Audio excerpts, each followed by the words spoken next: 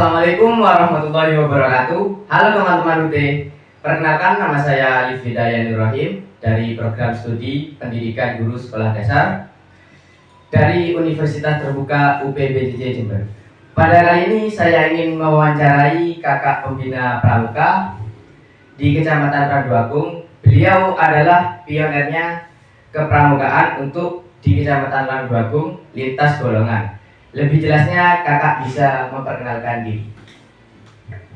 Terima kasih kakak. Waduh, ini suatu kehormatan bagi saya diwawancarai oleh kakak mahasiswa dari Universitas Terbuka UPBJJ Jember.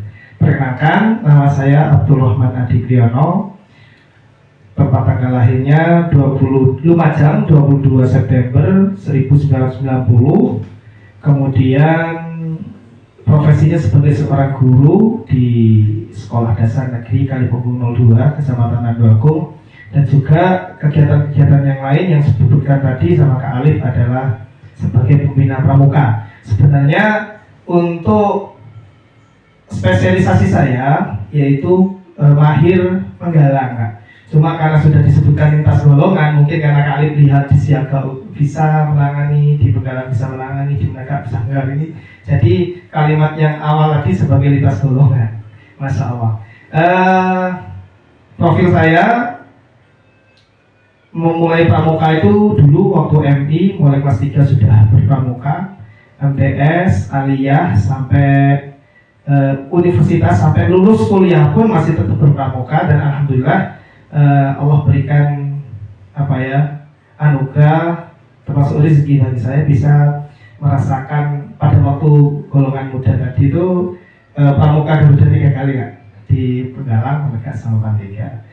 Untuk lebih jauhnya mungkin ya bisa nanti kita ngobrol-ngobrol santai ngopi aja, Kak. Ya, mungkin itu sebagai perkenalan dari saya. Terima kasih. Ternyata pengalaman kakak Adi ini banyak ya. Ya banyak tapi sedikit, Kak. Nah, seputar untuk kegiatan kepramukaan ada pertanyaan untuk kakak pembina, kakak Adi. Untuk yang pertama, bagaimana struktur organisasi kepengurusan kepramukaan di sekolah dasar ini? Baik, untuk alhamdulillah ya, untuk di SD Kalipunggung 02 mungkin satu-satunya yang bisa dikatakan sangat aktif ya, Kak, gerakan pramukanya. Mulai dari bagaimana struktur organisasi itu dibentuk oleh Kamapikus dan seluruh pembina di sini melalui musyawarah gugus depan, itu sudah kita lakukan di tahun 2024. Insyaallah tahun 2026 biasanya mugus lagi, Kak. Itu sudah dibentuk mulai musyawarah gugus depan, kemudian kita plotkan siapa ketua gugus depannya, dan alhamdulillah saya ditunjuk sebagai ketua gugus depan pada 2024-2026.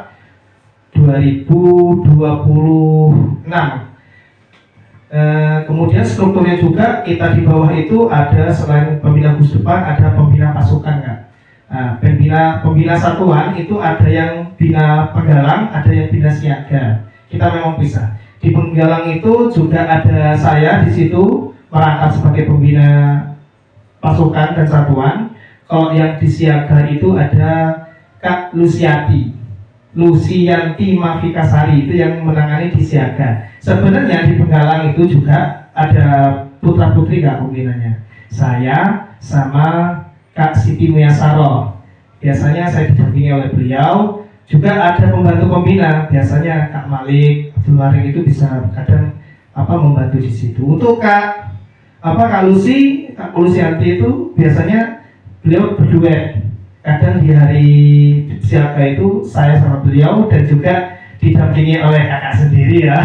Dan juga Kak Firman, Yanda Firman, Pak C Firman, yang setiap Jumat pada kegiatan siaga itu dilakukan. Selain itu, organisasi di bawah di gugus depan itu selain di pembinanya, kita juga mengatur organisasi-organisasi di adik-adiknya, Kak. Yang di penggalang itu kita membentuk dewan penggalang dengan menetapkan pratama putra dan pratama putri yang nantinya akan bertanggung jawab di pasukan putra dan putri, yang akan dibantu oleh para pimpinan regu dan wakil pimpinan regu di putra dan putrinya. Untuk yang di siaga juga keorganisasiannya kita membentuk barung siaga, Kak. Barung putra dan barung putri Yang sulung itu apa ya? Pimpinan tertingginya kan, katanya kalau pinru tertinggi kalau di Penggalang ya. Itu sulung putra dan sulung putri dibantu oleh apa? Pinrung putra dan putri dan wapinrungnya. Kemudian di bawahnya juga ada anggota-anggota regu dan anggota-anggota barung. Begitu kan? Baik Kak, terima kasih. Untuk jadwal kegiatan pramuka di sekolah dasar ini? Oh, untuk jadwal kegiatan itu ada tiga jadwal kegiatan kan sebenarnya. Tapi yang satu ini tidak terstruktur. Yang pertama jadwal pertemuan rutin ya. Jadwal pertemuan rutin itu untuk siaga hari Jumat. Setiap hari Jumat itu selalu ada pertemuan siaga. Ya latihan rutin lah Kak. Terus untuk hari Sabtu itu adalah pertemuan rutin untuk penggalangan. Kemudian ada kegiatan-kegiatan lain yang sudah dijadwalkan. Kayak kemarin orientasi regu Kak, itu sudah kita jadwalkan 1 tahun setelah Januari itu sudah kita jadwalkan sebenarnya. Oh ini nanti orientasinya tanggal berapa, bulan berapa. Kemudian ada kegiatan-kegiatan insidental. Kayak kemarin ada kita jadi tuan rumah di Pinru, itu kan sudah diagendakan. Yang tidak dilaksanakan secara terus-menerus, artinya apa ya, temporer lah Kak, membutuhkan waktu khusus, alokasi khusus, dan juga teman-teman yang mengikuti kegiatan itu tidak hanya teman-teman SD sini saja, bisa 1 Puslah 5 ini kadang bergiat bareng ya kayak ujian pindu kemarin. Tapi yang pasti kegiatan pertemuan rutinnya ya Jumat sama Sabtu Kak. Terus untuk kegiatan pramuka rutin dan non rutinnya Pak? Untuk pramuka rutinnya itu Sabtu sama Jumat itu Kak. Yang non rutinnya itu kita mengkondisikan apabila ada surat yang surat yang meminta kita untuk melakukan latihan tambahan. Contohnya kemarin pada saat kita menghadapi lomba prasasti di SMP 2 Jember, SMP 2 Randu Agung, Jember, Mojo. Terus ada juga kemarin itu kegiatan dari Korwil Cabang itu kita butuh latihan tambahan untuk proses penilaian pramuka Garuda Siaga ya. Kita alhamdulillah waktu itu kita mengajukan 8 orang, 7 on proses tapi 7-7-nya masih belum bisa lolos gitu lah Kak. Ya mudah-mudahan tahun yang akan datang ini bukan 7 tetapi bisa 20 lah, 25, meskipun yang lolos hanya 3 itu tidak masalah gitu kan. Terus selanjutnya untuk sarana dan prasarana Pak? Sarana dan prasarana alhamdulillah di gugus depan ini bisa dikatakan kalau saya menilai ya Kak ya 1 sampai 10 8 lah, 8. Kenapa kami menilai itu? Karena ada beberapa hal yang belum kita miliki Kak. Karena ini masih dalam proses pengajuan. Yang pertama itu yang sudah kita miliki itu tongkat yang sudah banyak ya, bisa dikatakan 70-an lah. Tali itu sudah 2 box. Terus ada kompas Kak, kompasnya sudah 11 biji sudah. Jogles protektornya untuk anak-anak untuk petualangan itu sudah ada. Yang masih belum ada ini Osmapur Morse itu ada Kak, bendera peluitnya ada. Dan administrasinya sudah kita siapkan bagi pimpinan regu. Jadi pembina-pembina itu sudah nggak repot untuk ngabsenin satu-satu perkataannya Pinru. Termasuk pembukuannya, buku kas umumnya sudah ada. Terus kemarin kita dapat hadiah dari Bapak Presiden kita, ya TV besar kan, TV Merah Putih itu sangat membantu sekali pada proses kegiatan kepramukaan setiap hari Jumat dan Sabtu kan. Karena dari situ pembina itu nggak terus-menerus ya ceramah, tapi bisa melihat video bareng, menelaah materi bareng, kemudian menganalisis materi bareng. Itu Masya Allah bagi kami itu merupakan salah satu sarana prasarana tambahan yang sangat bermanfaat bagi kita, khususnya saya Kak. Untuk sistem penilaian kegiatan kepramukaan itu bagaimana? Kalau sistem penilaiannya bagi gugus depan ini Kak sebenarnya ada 2. Yang pertama objektif dan subjektif. Kalau objektif itu bisa kita lihat secara langsung, apa yang kita nilai di situ kita mengacu kepada syarat kecakapan umum Kak. Di situ syarat kecakapan umum itu bisa sebagai indikator nanti adik-adik itu naik tingkat gitu. Kalau penggalang itu ramu, rakit, teraka. Jadi di indikator SKU-nya itu sudah ada. Nah, untuk mengisi indikator itu atau pencapaian SKU nomor 1, 2 dan sampai seterusnya di masing-masing tingkat golongannya itu kita objektif sama subjektif. Kalau objektif itu umpamanya berkenaan dengan praktek, contohnya ini pioneering lah, bisa melakukan ikatan dan simpul itu. Berarti kita harus lihat betul ikatan itu sudah benar apa enggak, masih kurang benar apa enggak. Silang, cara melakukan ikatan silang sudah benar apa enggak. Seperti itu objektif. Kalau subjektif itu gini. Pada saat anak-anak melakukan perintah sholat 5 waktu berjamaah gitu kan ada di SKU itu ya. Jadi kita titipkan form kepada salah satu tokoh masyarakat yang dimana adik-adik itu belajar ngaji. Dengan orang tuanya juga kita titipkan form, minimalnya itu 1 bulan nggak form itu. Jadi diisi. Hari Senin, luburnya sholat Armanda. Kalau sholat orang tuanya tanda tangan. Sholatnya di musola, berarti yang ngimami tanda tangan seperti itu kan. Kalau dulu pertama kita coba itu hanya seminggu. Kemudian naik 2 minggu, sekarang kita coba 1 bulan. Adik-adik itu bisa full nggak? Paling tidak 80% melakukan itu, Pak. Seperti itu. Jadi penilaian kita objektif sama subjektif. Baik, untuk prestasi yang diraih, Pak? Prestasi yang diraih sih, kalau yang berupa reward atau penghargaan kemarin itu di prasasti di SMP 2 Raduagung itu kita membawa 7 piala kan. Yang lumayan. Lumayan sih, tapi ya gimana lagi, memang kita di SD Kalibungkung 02 ini termasuk mengawali Kak, dari puluhan tahun nggak pernah ada kegiatan pramuka di sini loh. Wah, kakak tahu sendiri orang-orang di sini, masya Allah. Tapi dengan sesuatu visi misi yang dibawa oleh kepala sekolah, Kamabikus kami itu kan, masya Allah, semuanya berubah total.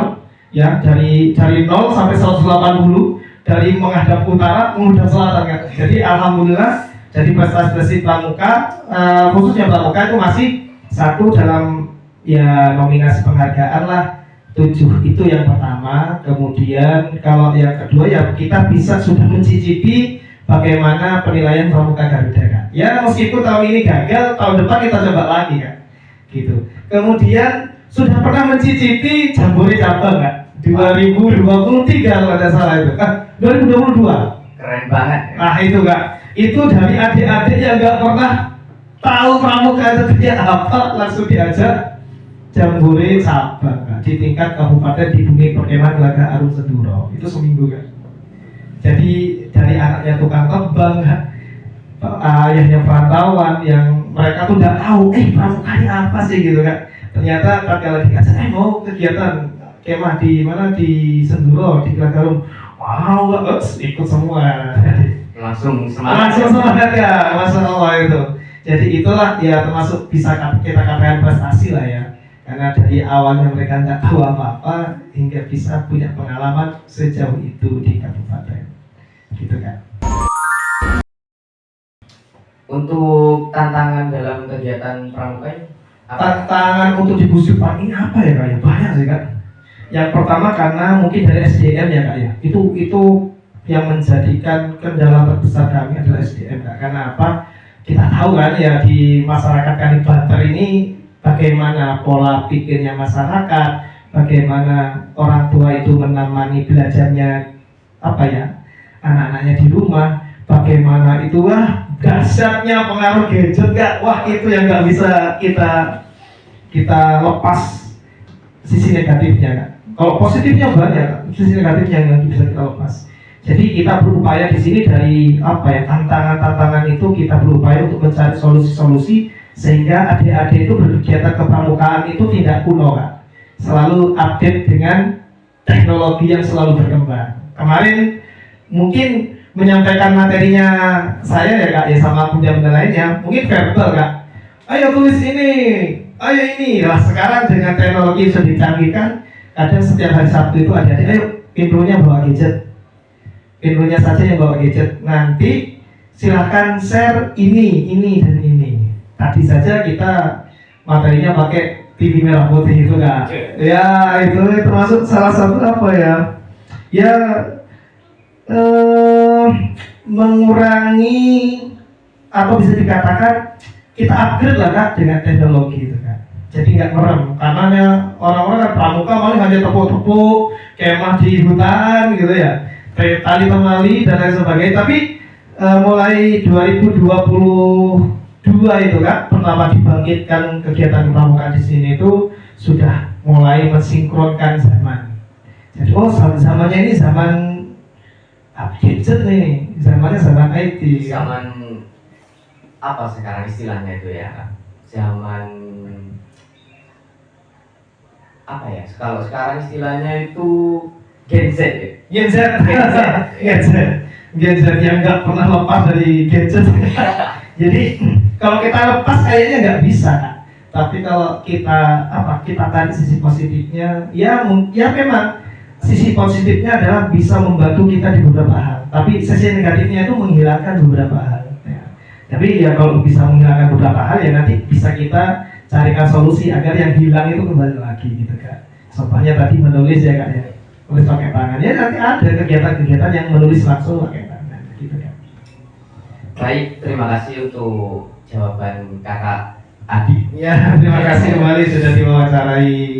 Ya, begitulah keadaan gugus depan kami Kak, dan perlu diketahui Kak, insya Allah gugus depan kami ini di gugus depan Lumajang 03 029 030 pangkalannya SD RK 522 ini termasuk ke gugus depan paling aktif Kak di Kuartir Ranting.